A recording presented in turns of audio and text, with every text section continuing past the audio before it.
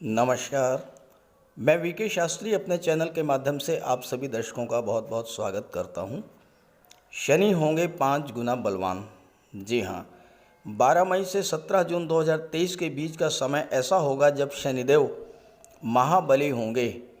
शनि को मिलेगी अथाह पावर और जो अब तक नहीं हुआ वो अब होगा।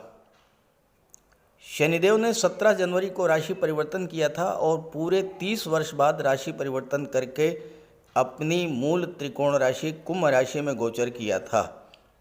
कुंभ राशि शनिदेव की मूल त्रिकोण राशि है और कुंभ राशि में शनि बहुत अच्छा फल देते हैं।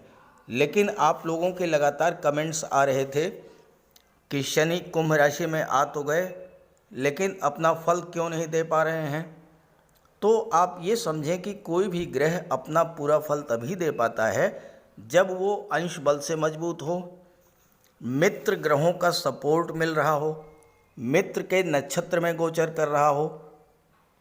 तो 12 मई से 17 जून के बीच वो स्थितियां बन रही हैं जब शनिदेव अपना पूरा फल देने में सक्षम होंगे। तो इस वीडियो में मैं आपको पहले ये समझाऊंगा कि किस तरह से शनिदेव 5 गुना अधिक बलवान होंगे। फिर मैं बात करूंगा उन 6 भाग्यशाली राशियों के बारे में जिनको 12 मई से 17 जून के बीच सर्वाधिक लाभ होने जा रहा है और कर्क राशि उन 6 भाग्यशाली राशियों में से एक है। ये विश्लेषण आपकी चंद्र राशि के आधार पर किया जा रहा है और वीडियो के अंत में मैं आपको शनिदेव के उपाय भी बताऊंगा। दूसरी बात, कमेंट बॉक्स में किसी भी अनजान व्यक्ति के द्वारा दिए गए नंबर पर भूल करके भी कांटेक्ट मत कीजिएगा, आपके साथ फ्रॉड हो सकता है। तो सबसे पहले मैं आपको उन 5 कारणों के बारे में बताऊंगा जिस वजह से शनिदेव अत्यधिक बलवान हैं।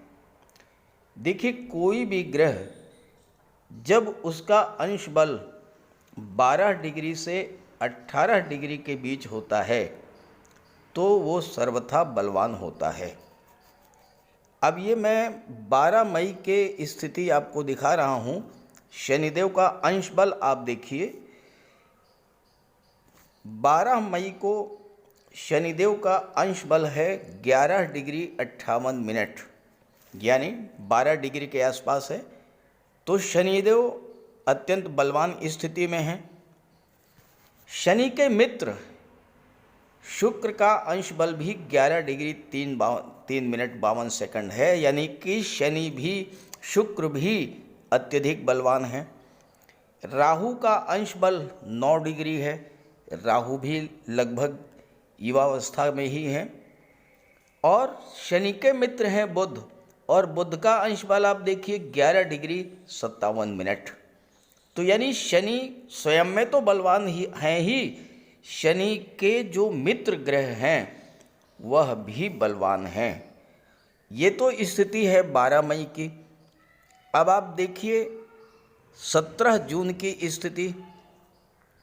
17 जून में शनि का अंश बल है 13 डिग्री, यानी शनि 17 जून को भी अंश बल से पूर्णतः युवा हैं। शुक्र 16 डिग्री, ये भी युवावस्था में है। बुध 16 डिग्री, ये भी युवावस्था में है।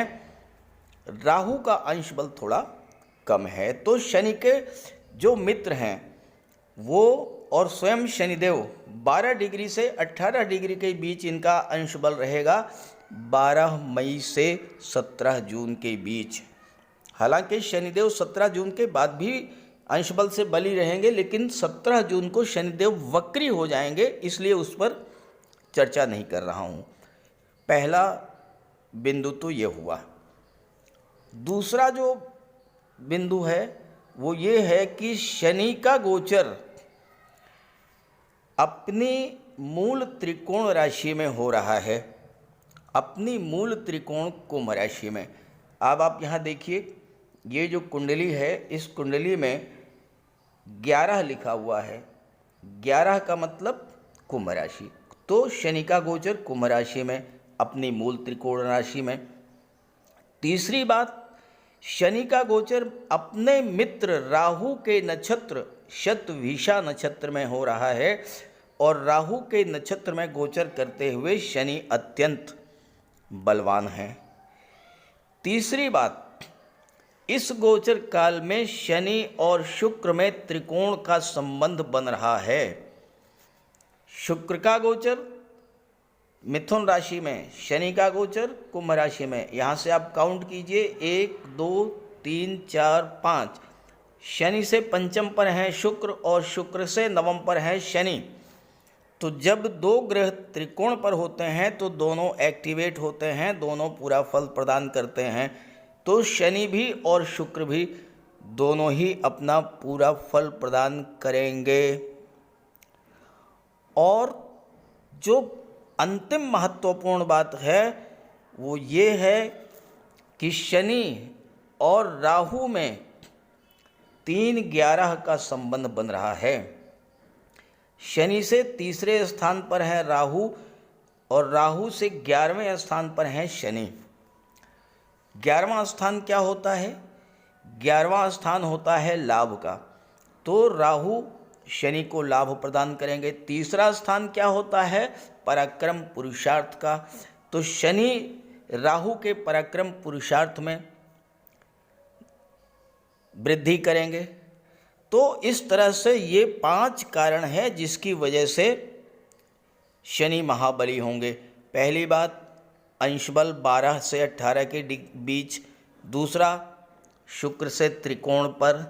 तीसरा, राहु के नक्षत्र में गोचर कर रहे हैं। चौथा, अपनी मूल त्रिकोण राशि में गोचर कर रहे हैं। और पांचवा, राहु से 3-11 का संबंध बन रहा है। ये वो 5 कारण हैं जिनके कारण शनिदेव महाबली होंगे इस टाइम पीरियड में। अब आइए इसके प्रभाव का विश्लेषण करते हैं। तो ये है कर्क राशि के जातकों की कुंडली। शनिदेव सप्तम भाव के स्वामी होकर के और अष्टम भाव के स्वामी होकर के अष्टम भाव में गोचर कर रहे हैं और विपरीत राजयोग बना रहे हैं। विपरीत राजयोग कुंडली में तब बनता है जबकि छठे भाव, 8वें भाव और 12वें भाव का स्वामी छठे, 8वें या 12वें भाव में ही गोचर करे। तो यहाँ पर शनिदेव अष्टम के स्वामी होकर के अष्टम में गोचर कर रहे हैं, तो विपरीत राजयोग बन रहा है। शनि अष्टम के स्वामी भी हैं और अष्टम भाव के कारक भी होते हैं। तो इस पूरे गोचर काल में शनिदेव आपको अष्टम भाव की चीज़ों का पूरा लाभ प्रदान करेंगे, क्योंकि शनि विपरीत राजयोग बना रहे हैं। और विपरीत राजयोग एक ऐसा राजयोग है जो शुरू में तो संघर्ष कराता है लेकिन बाद में बुलंदियों पर पहुंचा देता है। अब यहाँ पर शनि क्या क्या लाभ आपको प्रदान करेंगे? शनि आयु के कारक होते हैं, तो आपकी आयु में वृद्धि करेंगे, स्वास्थ्य लाभ कराएंगे, किसी क्रॉनिक डिजीज से आपको मुक्ति मिल सकती है। शनि का गोचर राहु के नक्षत्र में है और राहु दशम भाव में गोचर कर रहे हैं। राहु अचानक से घटनाओं को घटित करा देते हैं। अष्टम भाव आकस्मिक घटनाओं का है। तो इस गोचर काल में कई बड़ी बड़ी घटनाएं आपके जीवन में घटित होंगी। कोई पैतृक संपत्ति आपको मिल सकती है। वसीयत या विरासत का कोई मुकदमा था, उसमें आपको सफलता मिल सकती है। अष्टम भाव गुप्त धन, गुप्त रहस्यों, गुप्त विद्याओं का होता है। आपको अचानक लॉटरी, शेयर से धन की प्राप्ति हो सकती है। इंश्योरेंस या मार्केटिंग के क्षेत्र से धन मिल सकता है। ससुराल पक्ष से आपको धन की प्राप्ति हो सकती है। राहु ससुराल के कारक हैं। शनि का गोचर राहु के नक्षत्र शतभिषा नक्षत्र में है। तो आपको इस गोचर काल में ससुराल पक्ष से संबंध बहुत ही मधुर रखने चाहिए। ससुराल पक्ष से जितना संबंध आपका अच्छा होगा उतना ही आपको लाभ होगा। अष्टम भाव ज्योतिष तंत्र मंत्र का होता है, रिसर्च का होता है। तो आपकी रुचि ज्योतिष तंत्र मंत्र में बढ़ सकती है। रिसर्च के क्षेत्र में है तो वहाँ कोई बड़ी उपलब्धि आपको हासिल हो सकती है। शनि की तीसरी दृष्टि दशम भाव पर पड़ेगी और यहाँ पर राहु का गोचर है। तो आप अपने कार्य क्षेत्र का विस्तार करेंगे। राहु चाहते हैं कि आप बिना डरे बिना रुके अपने कार्य क्षेत्र का विस्तार करें, और यहाँ पर राहु दशम भाव में गोचर कर रहे हैं, तो आप जितना अधिक अपने कार्य क्षेत्र का विस्तार करेंगे उतना ही राहु आपको लाभ प्रदान करेंगे।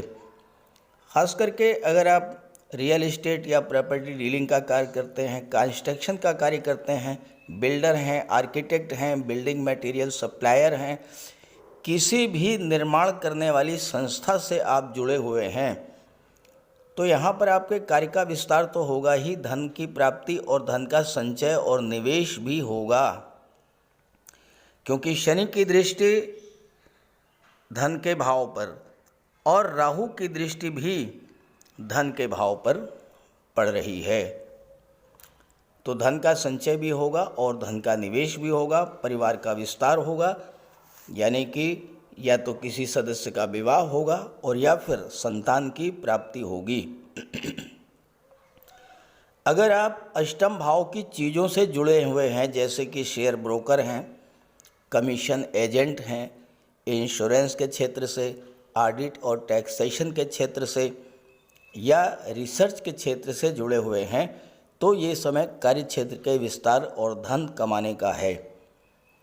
शनि सप्तम के भी स्वामी हैं। सप्तम भाव व्यापार का होता है। शनि सप्तम भाव में दिग्बली होते हैं, तो व्यापार व्यवसाय को नई ऊंचाइयों पर ले जाने का ये समय होगा। पार्टनरशिप में व्यापार करते हैं तो वहाँ भी स्थितियाँ आपके पक्ष में होंगी।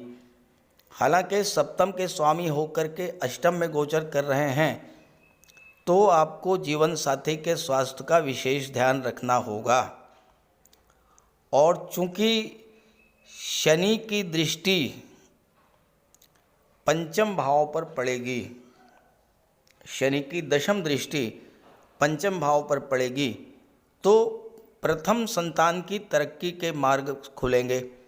प्रथम संतान को अगर आप विदेश भेजना चाहते हैं तो उचित समय है।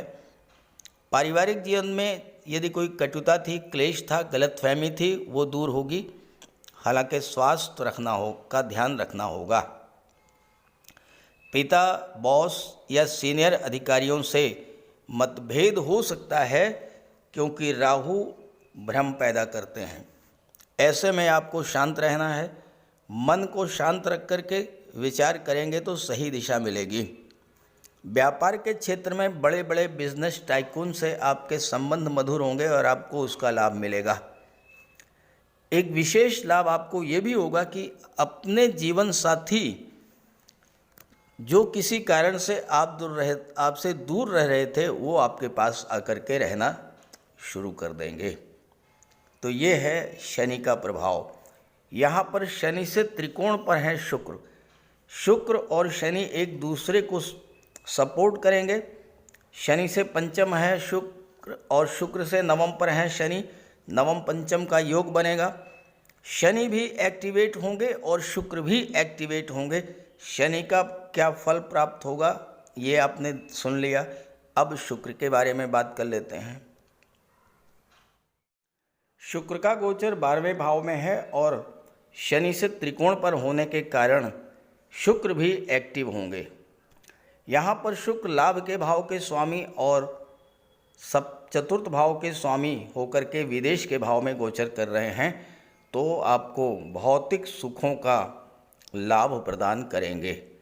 शुक्र 12वें भाव में अति विशिष्ट कारक होते हैं और 12वां भाव विदेश का है। राहु विदेश के कारक होते हैं, तो विदेश जाने की प्रबल संभावनाएं बनेंगी। अनायास अचानक ही आपके विदेश जाने का योग बन जाएगा। नौकरी में हैं तो ट्रांसफ़र हो सकता है।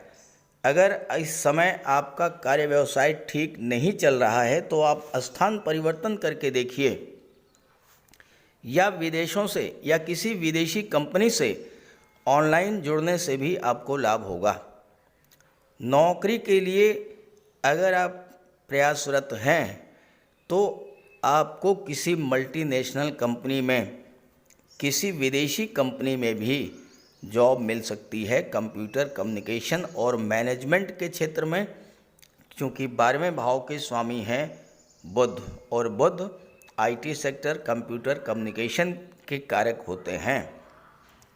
अगर आपकी जन्म कुंडली में राहु खराब है तो स्वास्थ्य का आपको विशेष ध्यान रखना होगा, क्योंकि 12वां भाव अस्पताल का है और स्वास्थ्य इस समय अगर खराब हुआ तो अस्पताल के चक्कर भी लगाने पड़ सकते हैं। शुक्र चतुर्थ भाव के स्वामी हैं, भौतिक सुखों में वृद्धि करेंगे। कोई पैतृक संपत्ति अगर आप बेचना चाहते थे, बिक नहीं पा रही थी, वो बिक जाएगी। 12वां भाव मोक्ष का भाव है।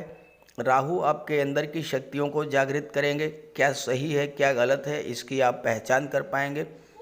12वां भाव धर्म, अध्यात्म और मोक्ष का होता है, तो इस समय आप जितना अधिक धर्म अध्यात्म से जुड़ेंगे उतना ही अधिक आपको लाभ प्राप्त होगा। राहु आपकी महत्वाकांक्षा में वृद्धि करेंगे। राहु जन्मभूमि से दूरी बनाते हैं तो आपकी भाग्योन्नति विदेश में होगी। इस दौरान आप यात्राएं भी खूब करेंगे, विदेश यात्राएं करेंगे। हालांकि खर्चे बढ़ेंगे, लेकिन ये खर्चे आप अपनी इच्छाओं की पूर्ति पर करेंगे। शुक्र की दृष्टि 6ठे भाव पर पड़ेगी तो आपको रोग, ऋण और शत्रुओं से मुक्ति मिलेगी। कोर्ट कचहरी के मैटर में विजय प्राप्त होगी, विदेशों से धन प्राप्त होगा और शुक्र का और शनि का बेहतर से बेहतर लाभ मिले, इसके लिए आप शनि का उपाय अवश्य कीजिएगा। तो बात करते हैं शनि के उपायों पर। ज्योतिष शास्त्र में कहा गया है कि शनि जिस पर प्रसन्न होते हैं, यानी जिसका शनि ग्रह मजबूत स्थिति में होता है, तो शनिदेव रंक से राजा बना देते हैं। और शनि अगर कमज़ोर हुए, खराब हुए, तो राजा भी रंक हो जाता है। शनि के मजबूत होने से लोहा, मशीनरी, कारखाने से जुड़े व्यापार में तरक्की होती है, कोर्ट केस में विजय मिलती है, कार्यों में सफलता प्राप्त होती है, सांसारिक समस्याओं से मुक्ति मिलती है। और शनि को न्याय का प्रतीक माना गया है। यदि शनिदेव मजबूत हैं तो आपके साथ अन्याय नहीं होता। जब शनि खराब होते हैं तो बड़े से बड़े कष्ट झेलने पड़ते हैं। तो बात करते हैं शनि के उपायों के बारे में। ऐसा कोई भी कार्य ना करें जो कि शनि को पसंद नहीं है। शनिदेव को इलीगल कार्य पसंद नहीं है। झूठ, फरेब, छल, कपट, धोखाधड़ी, बेईमानी, ये सब शनिदेव को पसंद नहीं है। शनिदेव को परिश्रम, अनुशासन और व्यवस्था पसंद है। तो ऐसे कार्य कीजिए। गरीबों की मदद कीजिए, बुजुर्गों, दिव्यांगों को भोजन दीजिए, वस्त्र का दान कीजिए, किसी ओल्ड एज होम में जाकर के, किसी अनाथालय में जाकर के दान पुण्य का कार्य कीजिए, तो इससे शनि को बल मिलेगा। अगर आपका शनि कमज़ोर है तो आपको कम से कम 19 शनिवार व्रत रखना चाहिए।